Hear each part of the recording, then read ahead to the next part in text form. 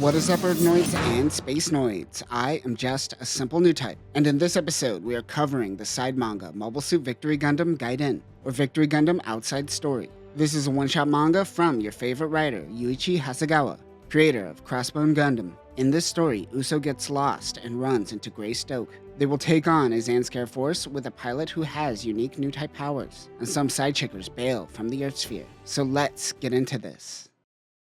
Universal Century 153. The war between the League and Zanskar wages on. Out in space, a Bespa unit of Zolots are scouting and finding something strange. They find two colonies connected. They believe that this may be a twin colony laser. A Zanskar commander is trying to get intel. Side 6 isn't laying claim to creating this, so they decide to take it for themselves. This may be the thing that will win them this war. Out in space is the Gump. We talked about the Gump in our coverage of Crossbone Gundam Skull Heart. Drifting out in space near him is Victory Hexa. It happens to be Uso. We flash back earlier to Uso fighting the Zong and a Zolot. We talked about the Zong recently in Crossbone Ghost. The Zolot goes in to attack Uso, when the Zong uses its particle guns, taking out the Zolot and severely damaging the Hexa. Uso wakes up to find Grey Stoke and Hato by his side. If you don't know, this is Judo Ashita. He is now 79 years old and refers to himself as Grandpa Jupiter. He tells Uso he is in the Jupiter ship, the Heinlein. He was out on a scouting mission when he was attacked. Uso has to get back to his crew. Next to him in the bed is a girl, which weirds him out a little bit. She was the pilot of the Zolot that was shot with the Hexa. Greystoke says that they should get along while they are here.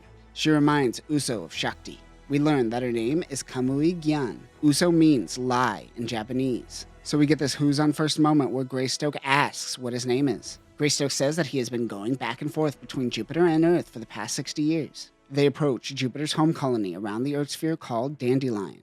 It is the twin colony. Mobile suits are flying around. These are baddies. They're mobile workers, but they have the same speed as Victory. Uso wonders how they acquired such technology. Kids come and greet Grandpa Jupiter. He tells Uso to get some rest. He also overhears Greystoke's subordinate mentioning that Zanskar is approaching. The entire colony is a forest with no urban infrastructure. It reminds him of his house in Casarelia. Stoke Grey makes a hint that he knows of Uso's past. He says he is welcome to stay if he likes, but he has to get back. Stoke says he must miss Shakti, not realizing he knows things about Uso. He mentions that while he was unconscious, he peeked into his dreams. He says there are things that can't be said with words. The old man takes his leave, letting the kids play. He deals with Zanskar, who is keeping their distance. Grey has been planning something for 60 years, and he isn't going to let them mess it up. He wants to expedite his plan. Kamui tells Uso about the Zong and how it was developed off of the Jiang from the One-Year War. She mentions that they are a part of Zanskar's new type unit. Uso doesn't really understand what a new type is at this point.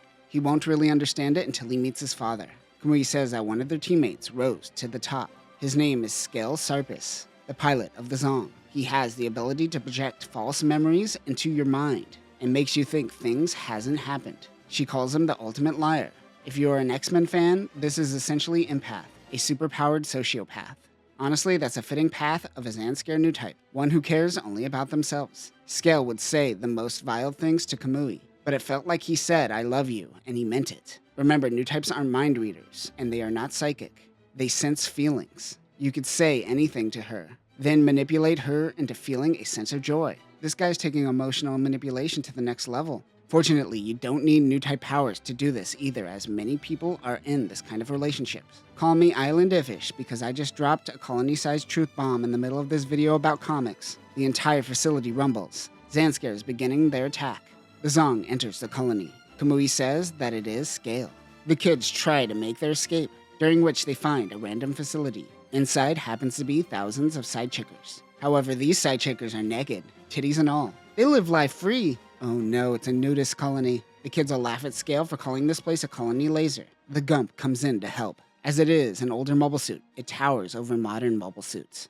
Though the Zong is close in size. He gets into the mobile suit and the Gump attacks him. Scale is amazed that this old suit got a hit on him. He and his men find a route and make their leave. They regroup with Grey. He tells Uso that this colony is not a colony laser.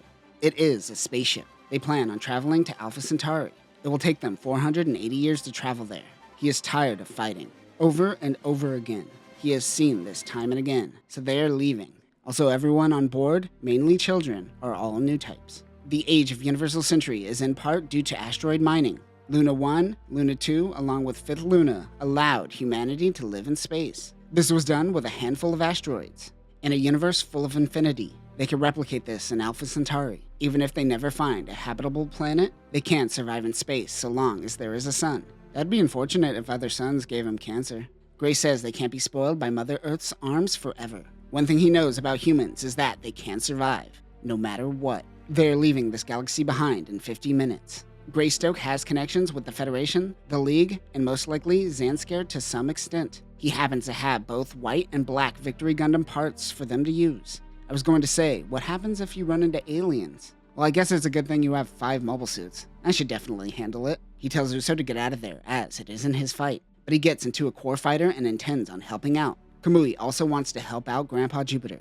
As she is Zanskar and doesn't know this mobile suit, she will just read his mind using new type powers, so she can understand League militaire tech. Well, that is very, very convenient. Uso takes the white one, which is the Hexa, while Kamui pilots the black one, which looks like a V2. Scale and his team of Zolots intend on taking out the colony. Kamui tries to tell Scale that this is a ship and it will be departing soon. He says, no, it's a colony laser because I say so. And you know how that works. Force is the only option. They begin fighting. Greystoke and the Gump join the battle. The Zong separates and surrounds the 2 victories, but the Gump shoves the core unit of the Zong. Greystoke says man has used lies and opportunistic reasons to spread hate since the dawn of time. In the age of new types, it is no different, as Scale proves. He tells Scale to come with them, but he refuses and attacks the Gump. Kamui and Uso fight against the Zolots, but they soon learn that they are all illusions created by Scale. He tells the 2 to take action once he fires the high mega cannon. Uso thinks, that piece of junk has a high mega cannon?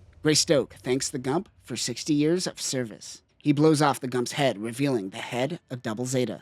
That is right, the Gump is indeed Double Zeta modified over 60 years until it became a Frankenstein. Scale sends multiple illusions of the Zong to confuse Grey. He fires the high mega cannon. A bright light emits from the high mega cannon. Uso spots one Zong that is casting a shadow. It is Scale. He chases the Zong while asking Greystoke if they will ever reach some state of heaven. Grandpa Jupiter says people will create new colonies. Those colonies will then diversify, causing more war, and people to find new places to colonize, and thus starting the cycle all over again. Kamui and Uso both stab the cockpit, taking out the Zong. Greystoke says that they will continue the cycle until they forget that Earth is where they originally came from. Now that they have taken care of the Zanskar threat, they can launch. Kamui is joining them on their journey. Uso cries because he can't grasp just how big the universe is. They ask Uso if he wants to join. So long as humans remain on Earth, they won't be able to evolve. Uso doesn't believe that. Part of the colony actually functions like variable thrusters found on Crossbone Gundam. The shuttle takes off with an enormous force and is gone forever. Only Uso and a few would know of this event that just took place. Universal Century 635. The Dandelion makes it to Alpha Centauri and succeeds in colonizing another galaxy. But Gundam is a human story, and that story is outside of human understanding.